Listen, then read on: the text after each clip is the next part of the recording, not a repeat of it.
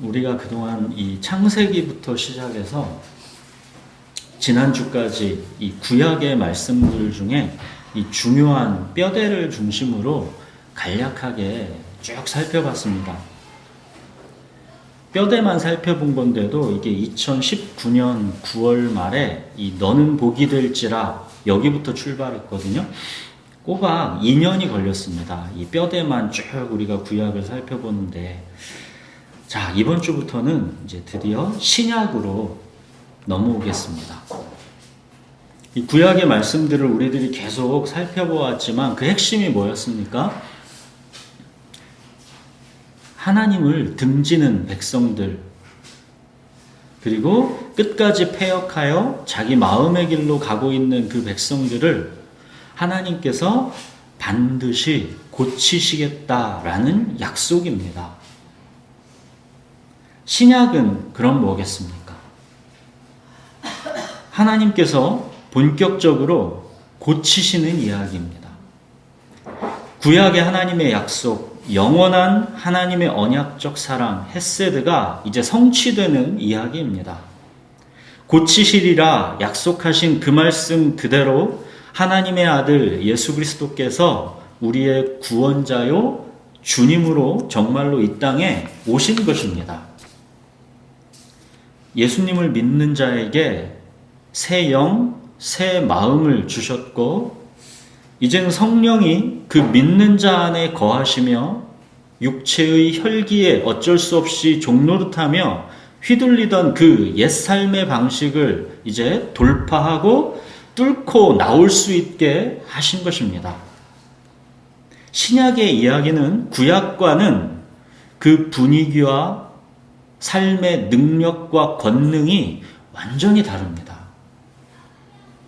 이제 곧 다시 오리라 약속하신 주님을 소망 가운데 기다리며 언약을 굳게 잡는 파수꾼으로 살아가는 이야기, 이것이 신약입니다. 자, 이제 우리가 이번 주부터 신약을 살펴볼 텐데, 우리가 이 본격적으로 이 신약 성경을 진입하기 전에 이 구약과 신약의 역사가 어떻게 연결되는가를 이해할 필요가 있습니다. 이 구약과 신약 그 사이에는 400년의 기간이 붕 떠 있습니다. 하나님의 약속대로 이 바벨론에서 70년 포로 생활 끝에 이스라엘 백성이 예루살렘으로 귀환했죠. 바벨론이 페르시아에 멸망하면서 갑작스럽게 그 일이 이루어진 것입니다. 이스라엘 백성은 그렇게 다시 예루살렘에 귀환하고 나서도 우리가 지난 몇 주간 살펴본 것처럼 계속 패역해서 자기 마음의 길로만 가고 있습니다. 그러면서 이제 구약은 말라기를 마지막으로 끝이 납니다. 그죠? 구약의 마지막 책이 말라기죠. 구약의 이 마지막 선지자 말라기가 활동했던 시기가 대략 그 주전 400년쯤입니다. 말라기 선지자는 이 에스라, 느헤미야랑 동시대 인물입니다. 그 이후에 예수님이 오시기까지 400년 동안은 성경의 기록이 없습니다. 하나님께서 선지자를 통해 말씀을 더 이상 계시하시지 않은 것입니다. 그 400년의 침묵 후에 이제 드디어 하나님의 아들 예수 그리스도께서 이 땅에 오시는 것입니다. 구약의 마지막 말씀이 말라기라 했죠. 이 말라기, 이 구약의 마지막 말씀이 어떻게 끝나는지 궁금하시죠? 이 말라기 선지자를 통해 선포하신 하나님의 말씀은 대략 이렇습니다. 내가 너희를 사랑하였다 하니까 너희는 주께서 언제 우리를 사랑했습니까? 하는구나. 내가 너희를 어떻게 사랑했는데 너희가 그럴 수가 있느냐? 어떻게 병든 재물, 더러운 예물, 마지못해 억지로 하는 그런 예배로 나에게 나올 수 있느냐? 그런 예배 집어치워라. 너희가 억지로 그렇게 예배드리러 오지 못하게 누가 성전 문 좀 닫아줬으면 좋겠다. 이게 말라기입니다. 그러면서 하나님은 마지막 당부로 이런 말씀을 남기시고 400년 침묵을 하시는 것입니다. 말라기 구약 맨 마지막 책을 한번 두 절만 한번 보겠습니다. 구약 1331페이지 말라기 4장 5절부터 6절. 이 구약이 이렇게 마무리됩니다. 제가 읽겠습니다. 보라, 여호와의 크고 두려운 날이 이르기 전에 내가 선지자 엘리야를 너희에게 보내리니 그가 아버지의 마음을 자녀에게로 돌이키게 하고 자녀들의 마음을 그들의 아버지에게로 돌이키게 하리라. 돌이키지 아니하면 두렵건대 내가 와서 저주로 그 땅을 칠까 하노라 하시니라. 이게 구약 전체의 마지막 구절입니다. 그 이후 이제 400년의 침묵 후에 예수님이 오시는 것입니다. 그럼 하나님께서 침묵하신 이 400년간 이 세계 역사 속에서는 대략 어떤 일들이 있었을까요? 이 하나님께서 말씀하시지 않는 이 침묵의 기간 400년 동안 세계의 역사 속에는 말라기 이후에 유대 땅은 대략 계속해서 100년간 더 페르시아 식민지였습니다. 그 다음은 누가 이 유대 땅을 지배합니까? 알렉산더 그리스죠. 알렉산더와 그 후계자들의 지배하에 또 대략 150년 정도를 그리스 문화의 식민지로 있게 됩니다. 그리고 짧게 한 80년 정도 잠깐 독립을 쟁취했다가 결국 다시 어떻게 됩니까? 로마 식민지로 이제 되게 되는 거죠. 알렉산더는 이 대제국을 건설해서 모든 땅을 그리스 문화로 통일하려고 했습니다. 그게 우리들이 많이 들어본 헬레니즘이죠. 그래서 이 알렉산더가 가장 역점을 둔 일이 모든 식민지 그 당시 언어를 헬라어, 즉 그리스어로 통일하는 것이었습니다. 그리스 문화로 이제 통일하려고 했던 거죠. 그 넓은 알렉산더 제국의 모든 땅들이 그리스어를 사용하게 된 것입니다. 또 이 시기에 히브리어로 되어 있던 구약 성경이 그리스어로 번역돼서 유대인들이 퍼져 살았던 넓은 지역에 골고루 보급되었습니다. 자기 땅이 없어서 세계 각지에 흩어져 살았던 그 유대인들의 이제 2세, 3세, 4세 막 나올 거잖아요. 그들은 히브리어를 이제 못하는 거죠. 다 그리스어만 쓰게 되다 보니까 구약 성경을 그리스어로 번역할 필요가 있게 된 것입니다. 또 이 당시에는 그리스 철학이 곳곳에 널리 퍼졌죠. 이 알렉산더의 스승이 누구입니까? 아리스토텔레스입니다. 아리스토텔레스의 스승이 누구예요? 플라톤입니다. 알렉산더 제국 이 전역에 이 플라톤과 아리스토텔레스 철학이 깊은 영향을 미쳤습니다. 또 이 시기에 무슨 일들이 있었을까요? 이어서 이제 로마가 그리스를 정복하고 패권을 차지하면서 로마는 이제 식민지 전역에 대로를 정비합니다. 모든 길은 로마로 통한다 할 정도로 그렇게 이 식민지 전역의 모든 길들의 그 길들을 다 정비한 것입니다. 그렇게 하나님이 침묵하시는 400년간 세계사 속에서는 이런 일들이 있었습니다. 유대인들이 나라가 없어서 박해를 받아서 여기저기 각지로 흩어져 그렇게 살 수밖에 없었던 것, 또 언어가 그리스어로 통일된 것, 구약 성경이 그리스어로 번역돼서 널리 보급된 것, 로마 제국에 의해서 여기저기 사방으로 대로가 뚫리고 닫힌 것, 플라톤과 아리스토텔레스의 그런 철학적 사고가 복음의 진리를 이해하는 기초 도구가 되어준 것, 이런 것들을 다 보시면 예수 그리스도의 복음이 만민에게 전파될 수 있는 근간이 마련된 것입니다. 이런 토대가 마련되지 않았다면 예수님이 오신 사건은 유대 땅에서만 영향을 미친 그 찻잔 속의 태풍으로 끝났겠죠. 유대인들이 자기 땅을 잃고 세계 전역으로 흩어져 살고 있었고, 그들이 공통되게 그리스어를 쓰고 있었고, 구약 성경이 이미 그리스어로 번역돼서 널리 퍼져 있었기 때문에 그 디아스포라 유대인들을 중심으로 초창기의 복음이 로마가 닦아놓은 대로를 통해서 빠른 속도로 들어가면서 주변 이방인들에게로 이 복음이 널리 퍼질 수 있었던 것입니다. 자, 보십시오. 하나님은 400년간 아무 말씀도 하시지 않고 침묵하신 듯하지만 세계 역사를 주관하시며 하나님은 만민에게 복음이 전파될 기반을 다 만드신 것입니다.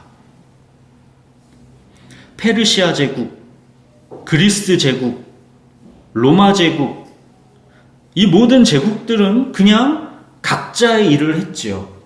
그러나 그 모든 세계사를 주관하시는 분은 하나님이십니다. 자, 그렇게 400년간의 침묵을 깨고 하나님께서 말라기 선지자를 통해 말씀하셨던 여호와의 크고 두려운 날이 이제 이른 것입니다. 하나님의 아들 예수님이 이 땅에 이제 오신 것입니다. 신약은 이렇게 시작되는 것입니다. 자, 그럼 예수님의 이야기가 담겨 있는 이 신약 성경, 여기에 이제 시작이 복음서잖아요. 복음서가 언제, 왜 쓰여졌을까요? 그리고 왜 4개의 복음서가 있을까요? 복음서 읽다 보면 막 비슷한 얘기, 같은 얘기가 많잖아요. 근데 4개나 있잖아요. 일독하려면 4개를 읽어야 되죠. 하나만 있으면 일독하는데 훨씬 빠를 텐데. 예수님께서 십자가에서 죽으시고 이제 부활하신 다음에 사도들과 부활을 목격했던 많은 제자들이 이제 복음을 널리 전파하기 시작했죠.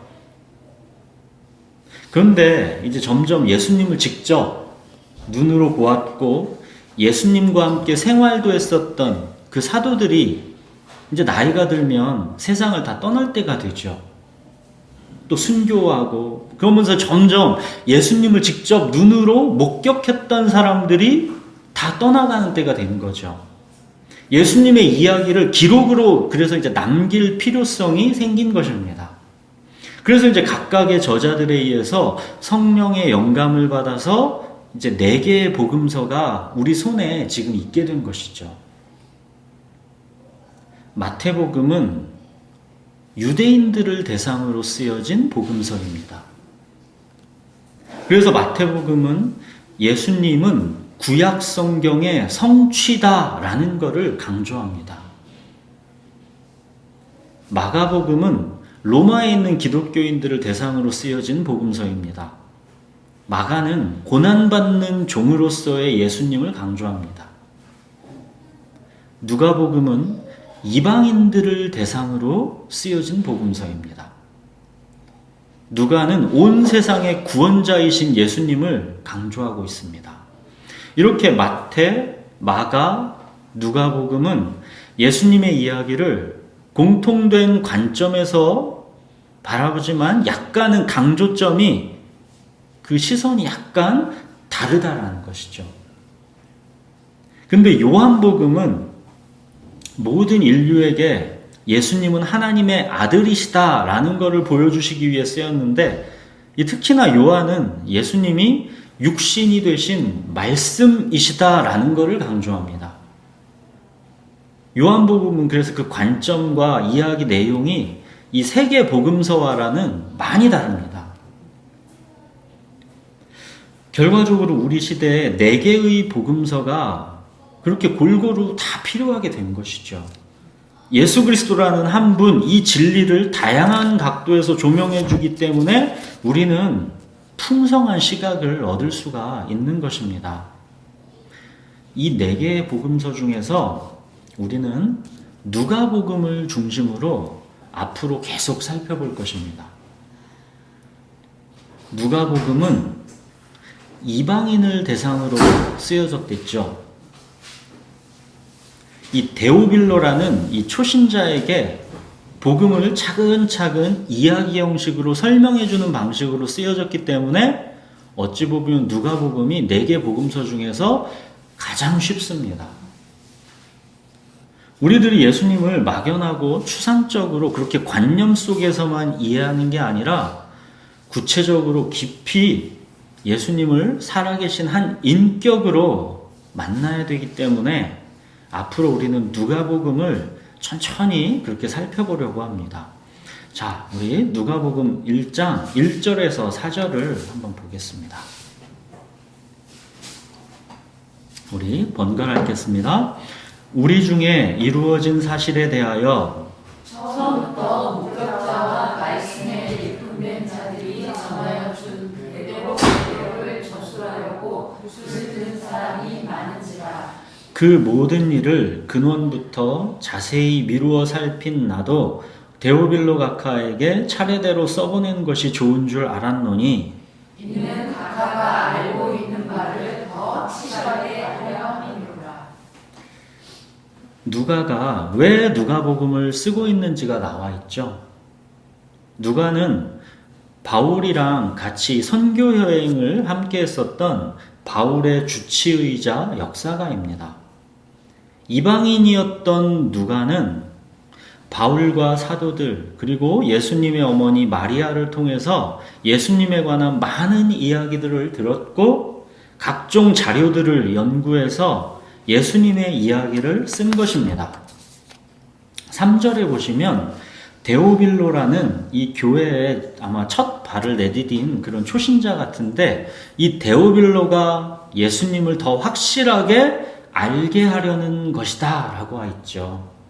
말하자면 누가는 예수님을 실제로 눈으로 본 적이 없는 저와 여러분이 예수님이 누구신지를 더 확실하게 알게 하려고 이 누가복음을 썼다는 것입니다.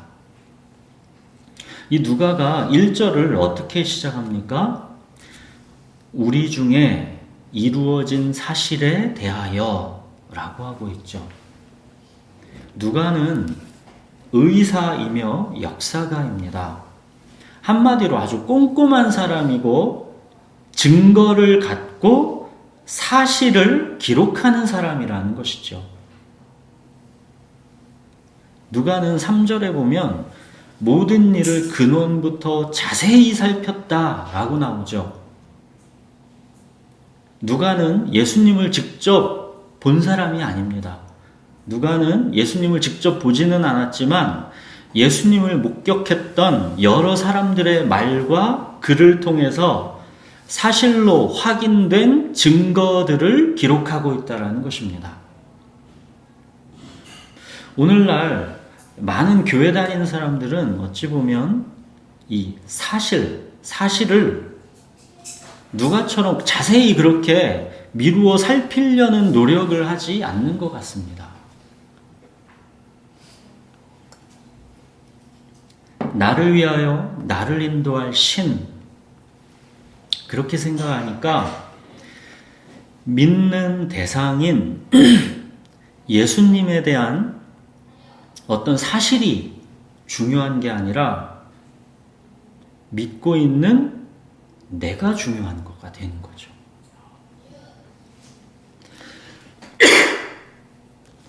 여러분, 여러분에게 기독교 신앙은 믿음의 대상인 예수님이 핵심입니까? 아니면 어떤 추상적인 그런 존재를 믿고 있는 내가 핵심입니까? 예수님이 단지 그냥 나를 위하여 나를 인도할 신 이런 거라면, 단지 어떤 추상적인 존재에 불과하다면, 그냥 뭔가를 믿고 있는 주체인 내가 핵심이라면, 그때는 누가가 말하는 자, 우리 중에 이루어진 사실 이거에 큰 관심이 없게 되는 것입니다. 별로 중요하지가 않은 거죠. 그 사실이라는 게. 무슨 일이 실제로 일어났는지에 별로 관심이 없는 것입니다. 왜요? 그냥 믿고 있는 내가 중심이기 때문입니다. 어차피 나는 믿기로 정했고 나에게 필요한 거는 나를 위하여 나를 인도할 신, 나중에 혹시 있을지 없을지 모를 천국만을 그냥 보장해주면 되는 것이다. 그렇게 여긴다면 굳이 누가처럼 시간과 정성을 들여서 모든 일을 근원부터 자세히 미루어 살필 필요가 없는 것이죠. 그냥 교회만 다니면 되는 것이죠. 예수님께서 이 땅에 실제 오셔서 어떤 일들을 이루셨는지 그 사실이 별로 중요하지가 않은 거죠. 예를 들어 성경에 기록되어 있는 말씀들 중에 명백하게 사실이 아닌 걸로 막 밝혀지는 것들이 여기저기서 나온다 해도 그 사람에게는 별로 문제가 안 됩니다. 심지어 예수님이 사실은 부활하신 게 아니다 하는 명백한 증거가 나온다 해도 그 사람에게는 별로 문제가 안 됩니다. 왜요? 애시당초 그 믿음이라는 게 사실에 근거하지 않고 단지 믿고 있는 내가 중요할 뿐이기 때문입니다. 이건 올바른 믿음이 아닙니다. 구약에서도 줄기차게 이 부분을 보았죠. 나를 위하여 나를 인도할 신, 그냥 내 마음에 믿기로 하는 것. 기독교 신앙에서 말하는 믿음은 이런 게 아닙니다. 우리 중에 이루어진 사실이 무엇인지 그거를 자세히 미루어 살펴서 알아가야 합니다. 그래야 사절에서 말하는 것처럼 알고 있는 바를 더 확실하게 믿을 수 있게 되는 것입니다. 믿음은 말씀을 자세히 미루고 살펴서 말씀을 들음에서 그렇게 나는 것이지 그냥 믿고 있는 주체인 내가 믿기로 정하면 되는 그런 게 믿음이 아닙니다. 여러분, 우리는 복음서의 기록을 통해 예수님이 오셔서 실제로 어떤 일들이 이루어졌는지 그 사실을 자세히 미루어 살펴야 합니다. 그래야 믿음이 자라는 것입니다. 성경은 추상적이고 막연한 신화가 아닙니다. 실제로 일어났던 일, 실제로 약속됐던 일의 성취, 구체적인 실제의 기록입니다. 누가는 그래서 복음서를 시작하면서 예수님 이야기로 곧바로 들어가지 않고 침례 요한의 출생 이야기부터 시작합니다. 이게 왜 그런 거냐면 예수님의 탄생이 구약 성경에서 계속 말씀해 오셨던 하나님의 약속의 성취다라는 것을 강조하려는 것입니다. 약 400년간의 침묵을 깨고 드디어 이 구약 성경에서 약속하셨던 그 메시아, 그분이 이 땅에 드디어 오셨다라는 것을 이 구약이랑 연관지어서 강조하고 있는 것입니다. 1장 17절 보십시오.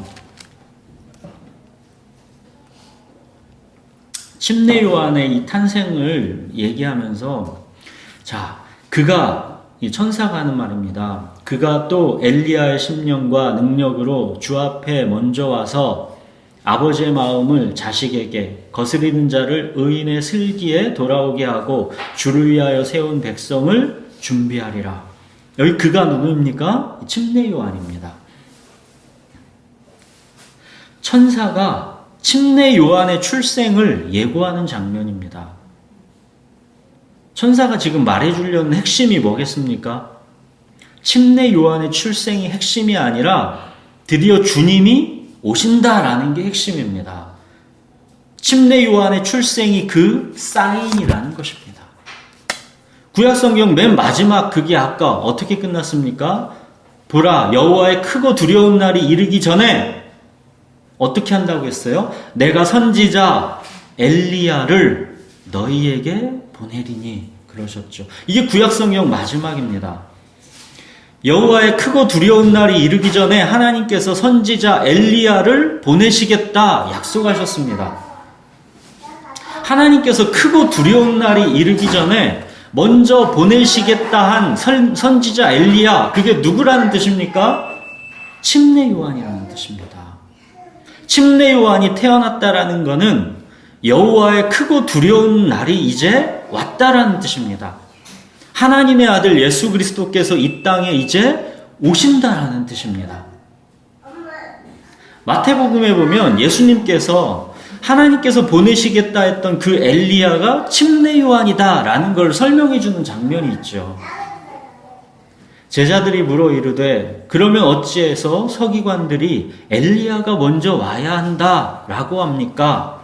예수께서 대답하여 이르시되 엘리야가 과연 먼저 와서 모든 일을 회복하리라. 내가 너희에게 말하노니 엘리야가 이미 왔으되 사람들이 알지 못하고 임의로 대우하였도다. 인자도 이와 같이 그들에게 고난을 받으리라 하시니 그제서야 제자들이 예수께서 말씀하신 것이 침례 요한인 줄을 깨달으니라.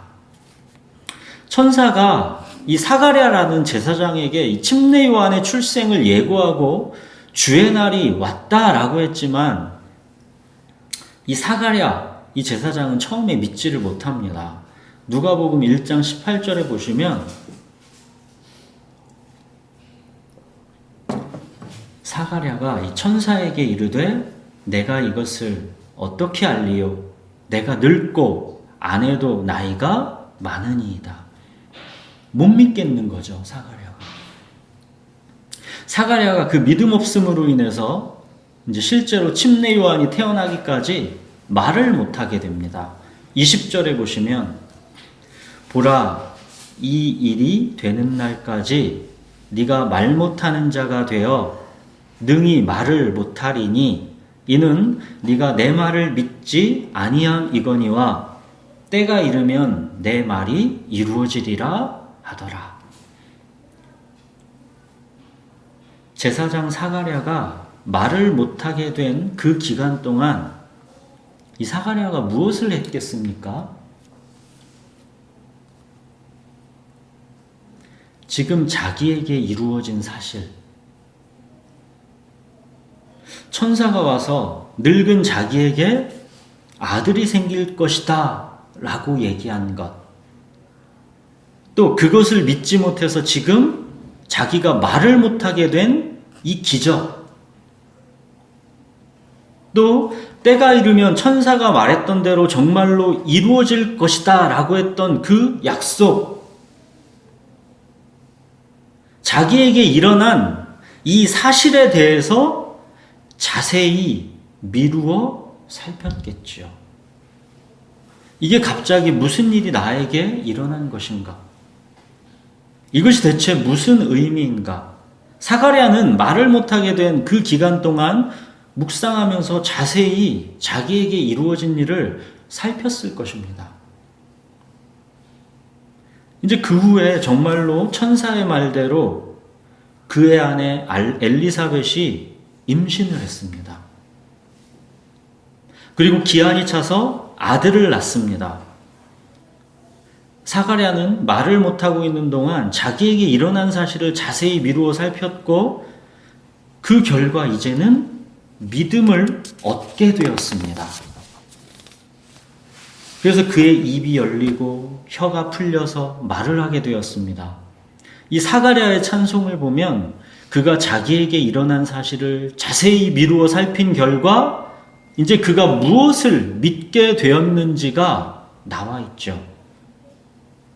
1장 68절부터 79절까지 이 사가랴의 찬송을 번갈아 한번 읽어보겠습니다. 68절부터 79절입니다.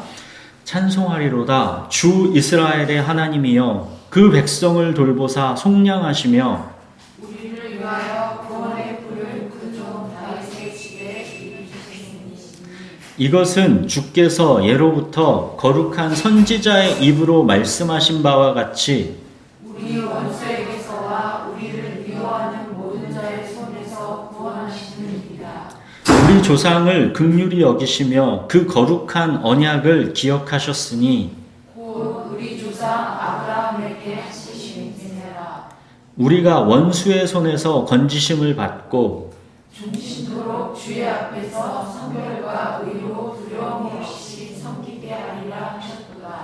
이 아이여 네가 지극히 높으신 이의 선지자라 일컬음을 받고 주 앞에서 앞서가서 그 길을 준비하여 주의 백성에게 그 제사함으로 말미암는 구원을 알게 하리니 이는 우리 하나님의 긍휼로 인함이라. 이로써 돋는 해가 위로부터 우리에게 임하여 어둠과 죽음의 그늘에 앉은 자에게 비치고 우리 발을 평강의 길로 인도하시리로다 하니라.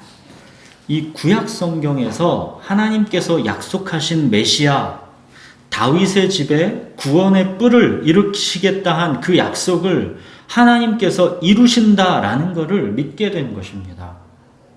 하나님께서 늙은 자기 몸에 잉태케 해주신 자기 아들 침례 요한이 구약의 마지막 이 말라기에 기록된 바로 그 엘리야인 것을 알고 믿게 된 것입니다. 하나님께서 약속하신 그 엘리야를 이렇게 보내셨으니 이제 주의 날, 구원의 날, 크고 두려운 날이 왔다라는 것을 알게 된 것이고 이제 믿게 된 것입니다.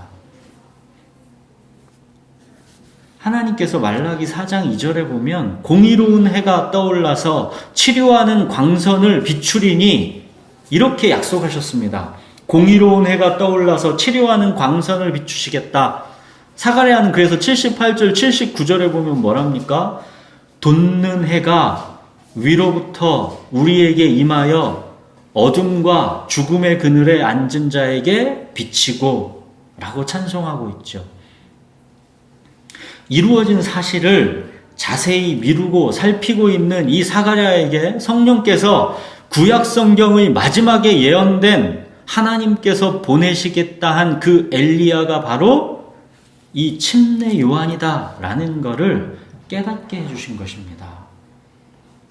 여러분, 하나님은 어떤 막연하고 추상적인 관념 속에 그렇게 존재하는 분이 아닙니다.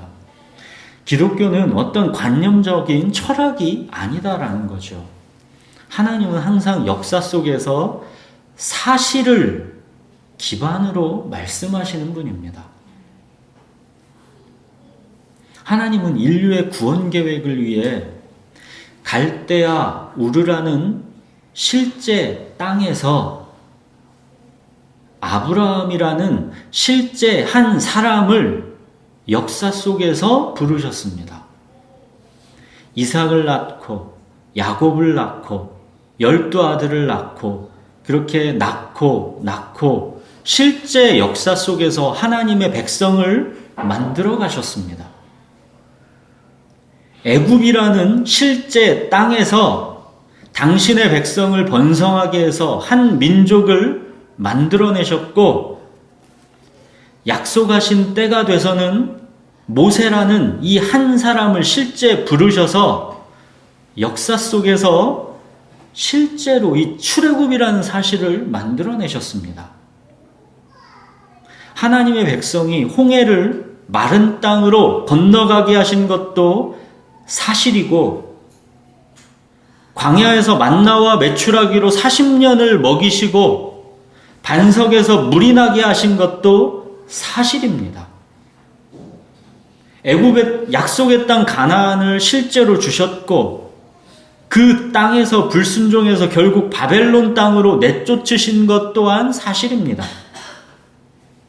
하나님은 또 약속대로 70년 만에 바벨론에서 예루살렘으로 귀환하도록 이런 역사적 사실을 만들어내신 것입니다. 그렇게 역사 속에서 계속 살아서 함께 하시던 하나님은 결국 약속대로 때가 차니까 율법 외에 나타난 하나님의 한 의 예수 그리스도를 역사 속으로 실제로 보내시는 것입니다. 그에 앞서서 그 주님의 길을 예비하기 위해서 지금 약속대로 엘리야, 즉 침례 요한을 먼저 보내신 것입니다. 보십시오. 하나님은 우리가 살아가는 시간과 공간, 그 역사 속에서 우리가 믿을 수 있도록 약속과 그 성취라는 방식으로 구체적인 사실을 근거로 말씀하시는 것입니다. 믿게 하려 하심입니다. 믿게 하려 하심입니다. 하나님은 무작정 근거도 없이 믿으라 하시는 분이 아니라 우리가 믿을 수 있도록 충분한 사실적 근거로 보여주시는 분입니다. 역사 속에서 이루어진 사실을 자세히 미루어 살피면 예수님을 믿을 수 있도록 하신 것입니다. 말씀을 통해 이루어진 사실을 자세히 미루어 살피면 믿게 됩니다. 그래서 말씀을 들으면서 믿음이 생긴다 하는 것입니다. 사랑하는 여러분, 우리는 앞으로 누가복음을 계속 나가게 될 텐데 이루어진 사실에 대해서 자세히 미루어 살피십시오. 거기에서 믿음이 생기고 자랍니다. 하나님은 무작정 믿으라 하시는 게 아닙니다.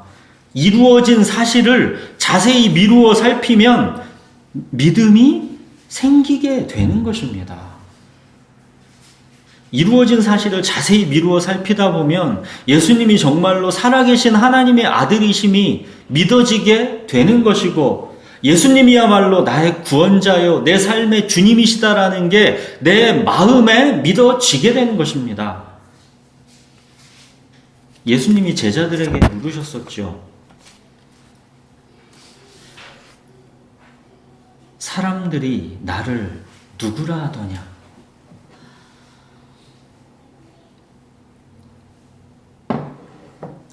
또 물으셨죠. 그럼 너희들은 나를 누구라 하느냐?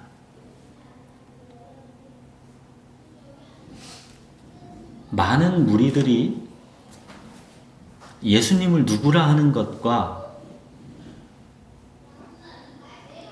예수님이랑 함께 먹고 마시고 생활하면서 예수님을 자세히 미루어 살핀 제자들이 예수님을 누구라 하는 게 같겠습니까? 많은 무리들이 그냥 멀찍이서 예수님을 대충 보고 예수님을 누구라 하는 거랑 예수님이랑 함께 먹고 마시면서 예수님을 자세히 미루어 살핀 제자들이 예수님을 누구라 하는 게 완전히 다른 것입니다. 예수님을 자세히 미루어 살피지 않으면 기독교 신앙은 그저 나를 위하여 나를 인도할 신을 만드는 거에 불과하게 됩니다. 그거는 사실 기독교 신앙이 아니죠. 예수님을 자세히 미루어 살펴야만 제자들이 눈뜬 그 진리에 우리도 눈을 뜨게 되는 것입니다. 예수님을 자세히 미루어 살핀 베드로가 예수님을 그래서 누구라고 고백했습니까? 주는 그리스도시요 살아계신 하나님의 아들이십니다. 예수님을 자세히 미루고 살펴야만 이 진리에 눈이 뜨는 것입니다. 예수님이 그리스도시고 살아계신 하나님의 아들이시다라는 게 자세히 미루고 살펴야 믿어지는 것입니다. 예수님께서 내 살을 먹고 내 피를 마시라 하시는 것은,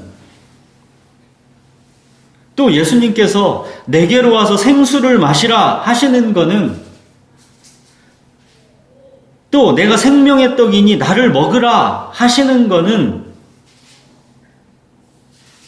또 내 손바닥에 이 못자국을 만져보라 하시는 것은 다 뭡니까? 나를 자세히 미루어 살펴보라는 것입니다. 사랑하는 여러분, 예수님이 누구신지를, 예수님에게 이루어진 그 사실이 뭔지를 자세히 미루어 살펴야 합니다. 믿음은 거기에서 생기는 것이고 믿음은 거기에서 자라는 것입니다. 누가가 이제 막 교회에 첫 발을 디딘 이 초신자 데오빌로에게 예수님을 구체적으로 가르쳐주기 위해서 복음이 이런 것이다 말해주고 싶어서 누가복음을 쓴 것입니다. 우리가 마치 이 누가복음을 딱 받아가지고 처음 읽게 된 그 초신자 데오빌로, 그 데오빌로가 된 것처럼 그렇게 누가복음을 읽어보십시오. 누가복음을 이제 계속 우리가 나가는 동안 복습도 하시고 예습도 하시기 바랍니다. 누가복음에 기록된 사실을 자세히 미루어서 살펴보십시오. 믿음은 말씀에서 납니다. 믿고 있는 내가 핵심이 아니라 믿음의 대상인 예수님이 핵심입니다. 예수님에 대한 사실을 자세히 미루어 살펴서 여러분의 믿음을 더욱 확실하게 하셔야 합니다. 그래서 마침내 누가복음이 우리가 다 끝날 쯤에는 주는 그리스도시요 살아계신 하나님의 아들이십니다. 이 고백이 우리 안에 생생하게 그렇게 살아있게 되기를 바랍니다. 우리 기도하겠습니다.